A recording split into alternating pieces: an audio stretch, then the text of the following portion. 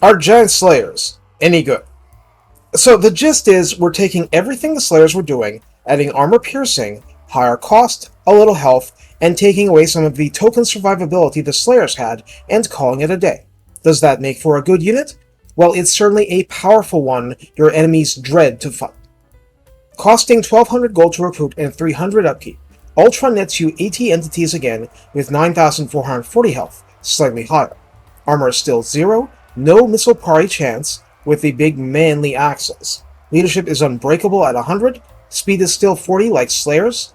Melee attack starts out at 48, or 10 better, with the same attack interval 4.3 and no splash. Melee defense is 34 base, slightly higher. Weapon strength is 50 to start with, split between 15 base and 35 armor piercing, with a bullets versus large of 30, up there with the best of the game. Charge bonus is 30, and mass is 160 again. Death Blow seems to operate when the unit is below 20% health in actual total war. In the standard redline skills, Grimnir's Heirs adds a maximum of plus 6 melee attack and plus 12% weapon strength, and rank 7 Giant Slayers awkwardly surviving that long benefit from Honored by Grimnir, granting plus 5 more melee attack, plus 12% more weapon strength, and 10% physical resistance for good measure. I'll gloss over the extremely late game tech tree support. If there's something likely to change in a future DLC, it's probably this tech tree. So how do you use Giant Slayers? I think you have an even bigger incentive to use them as defensive linebackers, roving and cleaning up any threats seriously imperiling your back line, such as artillery and ranged.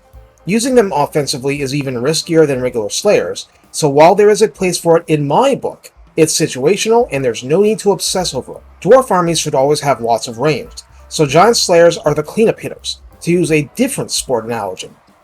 They're there to finish off damaged foes that are either larger than man-sized, or are just too dangerous to ignore, but where Chaos Warriors might be able to resist regular Slayers long enough to slaughter them due to the lack of armor. Giant Slayers will do such monstrous damage that the Chaos Warriors might break much earlier. Offense is the only defense at this point. Past that, you just get good at hiding them until you unleash them on the most favorable target. Besides, they don't care about the Terrorgeist being named for terror. Honey Badger Giant Slayer don't care. Take care, and have fun bringing Chaos Giants down to size. Whatever that size may be. Don't put me in the book, please!